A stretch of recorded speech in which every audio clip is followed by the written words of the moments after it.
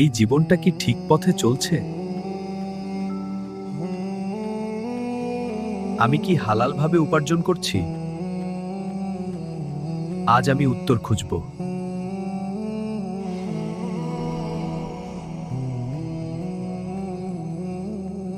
আসসালামু আলাইকুম হুজুর। ওয়ালাইকুম আসসালাম। বসো বাবা।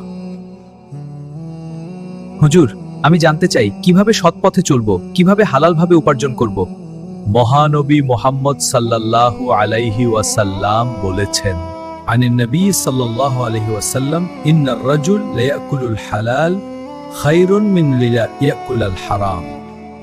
যে ব্যক্তি হালাল উপার্জন করে, যে হালাল খায়, তার চেয়ে উত্তম কিছু নেই। আর যে ব্যক্তি অবৈধে হারাম উপার্জন খায়, তা তাকে আগুনের দিকে ঠেলে নিয়ে যায়। তুমি যদি সঠিক পথে চলতে চাও, মিথ্যা ছাড়ো, প্রতারণা ছাড়ো, হালাল রিজিক খুঁজো, নামাজ পড়ো, কুরআন পড়ো। হুজুর, আমি বুঝতে পেরেছি।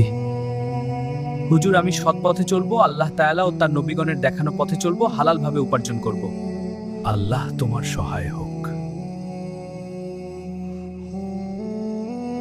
আজ থেকে আমি হালাল উপার্জন করব, আল্লাহর পথে চলব।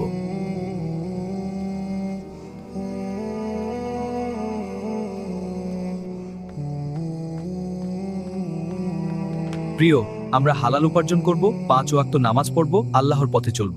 আলহামদুলিল্লাহ, আমি তোমার সঙ্গে আছি। আজকে থেকে তুমিও 5 ওয়াক্ত নামাজ পড়বে এবং আমার ছেলে মেয়েদেরকেও নামাজ পড়তে উৎসাহ করবে। সৎ পথে চলা মানে শুধু উপার্জন নয়, হৃদয়েও আল্লাহর কাছে খোলা থাকতে হবে। সব সময় সৎভাবে থাকবে, সব সময় সত্যি কথা বলবে, আল্লাহ তাআলার দেখানো পথে চলবে। ঠিক আছে আব্বা, আমরা সব সময় ভালো পথে চলবো। আব্বা, আমি আর ভাই সব সময় 5 ওয়াক্ত নামাজ পড়ার চেষ্টা করব, কারণ এই দুনিয়া ক্ষণিকের জন্য। আব্বা জানো, আমি বইতে পড়েছি। হ্যাঁ মা, নামাজ বেহেশতের চাবি। হয়েছে, এখন সবাই আসো রাতের খাবার খেতে, অনেক রাত হয়েছে। এই তো আসছি আমরা। এসো, খাবার তৈরি। হ্যাঁ, খিদে পেয়েছে, আমরা আসছি। সবাই মিলে খাই। সত্য পথে চলুন, হালাল উপার্জন করুন। এরকম সুন্দর ইসলামিক গল্প পেতে ফলো করুন, কমেন্ট করুন, শেয়ার করুন। ধন্যবাদ।